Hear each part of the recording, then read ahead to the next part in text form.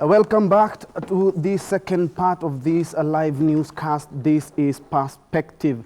And before we delve into the topic of discussion today, 5 people have just died in a road accident in Naivasha. Definitely we'll be keeping you updated on that report, including on our social media platforms. And joining me now is the CEO of the Kenya Young Parliamentarians Association of Kenya. Thank you for having me. Mr. Antony Buluma. Thank you. Karibu sana. Asante sana. Kenya Young Parliamentarians, first of all, kindly demystify it for us. Kenya Young Parliamentarians Association, as the name suggests, is a platform for members of parliament who are serving in the current parliament and even previous parliaments, who are below the age of 35 years. Okay. We have a current membership of 48 members of parliament. Okay. And we are led by the Senator of Nairobi County, who's Senator Sakaja Johnson, as our chairman. And he's assisted by a team of another around 14 members who form the executive and help to steer the affairs of the association that has a membership, as I said, of 48 members of parliament. Yeah. So pretty much what we do, our mandate is derived from the parliamentary mandate of members of parliament, which basically are 3 as per the constitution. You're looking at the legislative mandate, you're looking at the representational mandate, and you're looking at what we call the oversight mandate. Yes. So we derive the functioning of this association from those mandates, but with a bias or with an inclination towards supporting the youth of our country. We come from way back in 2004. This association was actually started in 2004 by the current Supreme Court Judge, Njoki Ndung'u. And part of the reasons why they started was to try and caucus, because you know Parliament is about marshalling votes and support. Lobbying, and caucusing. Yes. So the idea was, can we mobilize ourselves as peers, you know, based on our age and the fact that we identify with similar issues. And that's where the foundation of this association started. But in 2013, it's been dormant since 2005, because again, Parliament then, when you're talking about young people, was below 45. Yes. But in 2013, we were privileged to revamp it, courtesy of a directive by the Speaker, that there was a window of opportunity for young members of Parliament to caucus. And that's how the association was revamped. And I've been privileged to be the founding CEO since 2014. Okay. We've managed to do quite a number of work, ranging from over 15 legislations that are pro-youth. In this current... the last parliament. The last parliament. And this one, I'll talk about what you're doing in this one. Yes. But I'm talking about the last parliament because we're just 2 years down the line since this new parliament, this current parliament. Yes. The 12th parliament was inaugurated. But the last parliament, we've done over 15 legislation. Some of the landmark legislation that are out here, you know about the 30% procurement law. Yes. That has properly entrenched what was initially a government directive, that all young people get 30% of procurement opportunities. Now we are talking about having it by law.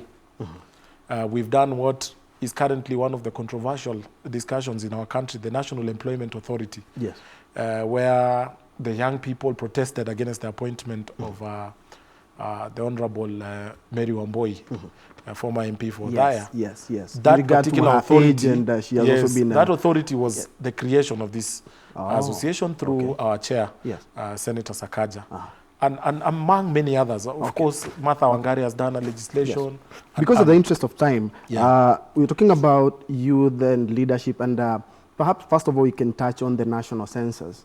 Of course, the government said that the equipment was assembled here by the youth. They also say the youth mostly were the ones who used to carry out this important exercise.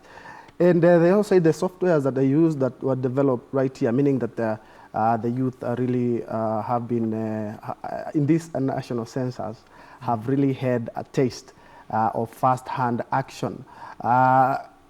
Overview of the youth and the census. I think I would point out that we started on a very difficult point, because initially, as you may recall, Yes. The initial recruitment for the guys who are presiding over this whole exercise, Yes. the what are they called? The guys who are doing the tallings. The enumerators. The enumerators. Yes. We started on a very low note as young people, because most young people were left out, and these positions were being recycled amongst key employees of government, and it became an issue of national concern. And we contested that as an association, and also many other young people pronounced themselves on the same. But then, building on the exercise, at some point, it became possible for us to now negotiate for more young people to be given an opportunity, and we are happy Yes. that quite a number got an opportunity to get to do this work, because a lot of the technical guys right now in our country are youth, because most of them were graduates and they were just looking for opportunities to make a living for themselves. Yes. Then fast forward, we've had the census, the exercise was concluded, but we still had hiccups, and I still feel like we still have a few challenges here and there. Yes. Because some of the young people who participated in the exercise Yes. are yet to be paid. Yes. And that's a problem for us, because it doesn't really reflect well on the country that you're trying to portray, Yes. or in the future that you want to portray for these young people, because you cannot subject them to do such an exercise that was fairly risky, even judging by what the president said today, that this is the first exercise done under this new constitution. And it took us, burning the midnight candle to ensure that young people are available to get the statistics for this exercise. But not having to pay them, that also is a problem. Yes. But let's talk at where we are. I know for a fact the census were released today, and this information is so important, because it is what will define how government, organizes itself, the strategies that it wants to employ insofar as just trying to, generally strategize and implement policies within government. Yes. And I think there's even a presidential directive as of today that clearly directs ministries to align their policies with the just released census. I know they have not given a detailed account Yes. of the entire census. Actually, they call it the interim report. Yeah, Yes. it's more of the interim. So Yes. what we have are just highlights of giving us impressions of Yes. how counties are Yes, distributed yes, and Yeah, the I don't know the demographic. number of youths between this age Yes, bracket. and we are very keen Indeed. to see what has come out of it, especially looking at it with a youth lens. Yes. So as for us to be able to now also reorganize our thinking and our strategic interventions. Yeah. And I would say for a fact that, of course, there are different quarters that are already raising concerns Yes. as regards to the authenticity of the results. Yeah. I've seen several counties There are has up in been a- arms. up in They're arms. trying to challenge. Back to the youth. You are the CEO at a time when we are having the youngest MP in all the parliament that we've had earlier. Is this a time that the youth are seizing their opportunity, or there's a lot to be done? There is a lot to be done. Even the last parliament, we had quite a significant population of young members of parliament. But this parliament, of course, we are still doing well, because we retained the numbers. But most importantly, the young people who served in the last parliament may have transitioned but are still serving. I'm giving you the example of our former Secretary General, who just won the Ugenya seat. David Ochieng was one of our very vibrant members of parliament. Okay. And in this particular parliament, of course, yes, as you've recorded, we have one of the youngest. And not just youngest, but one of the members who had to be elected as an independent. Yes. And he set actually a good example of the possibility of a young person making it into leadership. Yes. Even in the last parliament, we had Kinoti Gatobu, former Mburi MP, Yes. who made it to parliament as an independent. And it's a trend that we are monitoring with a lot of interest, because more young people are beginning to take interest in leadership, but not necessarily conforming Yes. to the patterns that have for ages been defined as the patterns of leadership in Kenya. And they're really demystifying leadership, because they're actually reaching out to the people and negotiating with them and putting out a strong bargain for them to be elected. If I was to give you the example of the two MPs and why for us that's also quite important, Kinoti Gatobi got elected as an independent. And the only thing that he needed to do was use the skills that he had acquired from university to negotiate with voters. And that's a message that young people need to understand. He went out to the people of Buri. Yes. And he didn't have all this wealth that we want to showcase when we want to campaign. Yes. He went and told them, the only thing that I have today is my skills as a university graduate. Yes. And I can use it to benefit your lives. So he went training young kids, you know, the Form 4s and the Class 8s, offering free tuition. And their parents could resonate with his intervention. And they felt really attached and connected to his work. And also part of the action. Yeah. Now, the youth, and we have the Kibra elections just around the corner. And we've seen even some chaotic scenes. Of course, when you talk about politics, you can never stop mentioning about the youth. Are are they seizing the moment? And especially in the Kibra election. There are 24 candidates. I can rely on just the recently released report by Mzalendo Trust that really paint a picture where the young people might not be as interested in politics as you'd want to imagine. And there are many factors that have acted as barriers for young people to take up political or leadership opportunities. These factors include money. It includes issues to do with unreliable political formations. You know, like you go to a political party that already has a predetermined candidate, and you're still subjected to a process that is not really as credible, and I'm talking about the party primaries.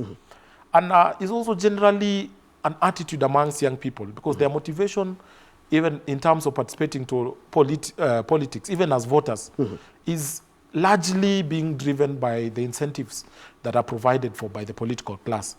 And that's something that should worry this country, because it means that we are trading the opportunity to have quality leadership at the expense of things that are less important to us, you know.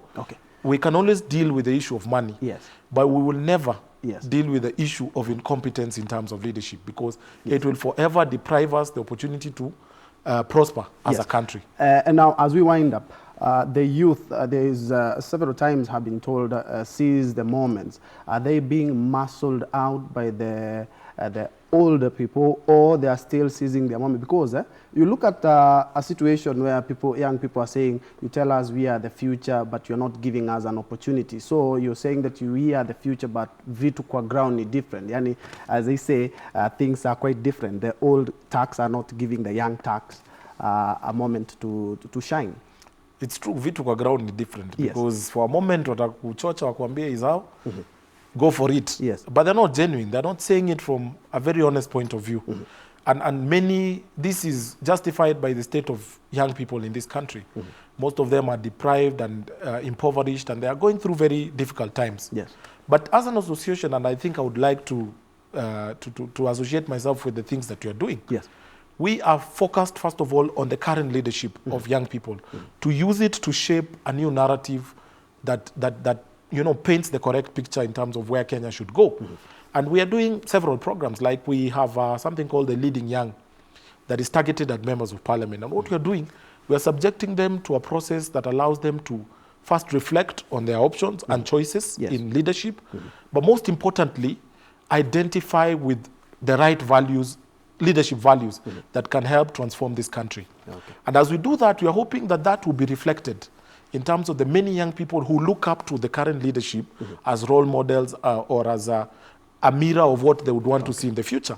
And as an association, we are very keen to ensure that we shape this new narrative that focuses more not on the next election, but on the next generation. Indeed, I'm sorry, but time has run out. Indeed, thank you so much for making time for us. In 5 seconds, can you talk to the youth, please? I want to just let the young people who are watching this know that time is always ripe to do what is right. And I think the time for right leadership is ripe, and we must seize every available opportunity for us to correct the blunders that have happened in this country over the years and correct them now, so that the future that we leave behind for posterity is not as contaminated as the future that the current situation that we are in. We've inherited, you know, the worst state of our economy. We've inherited, you know, worst state of lifestyle for our people. And I think we cannot afford, at no one cost, to transfer that to the next generation. Okay. And I think let our past be the wisdom, our present be our weapon, let our future be the purpose that we need to shape for Kenya. Thank you. And I think that is where we can close this. Thank you, thank you. That is the CEO of the Kenya Young Parliamentarians and thank you for having me. Indeed, thank you so much for making time for us. We are now moving to business, and my colleague Fiona Shuru is on standby.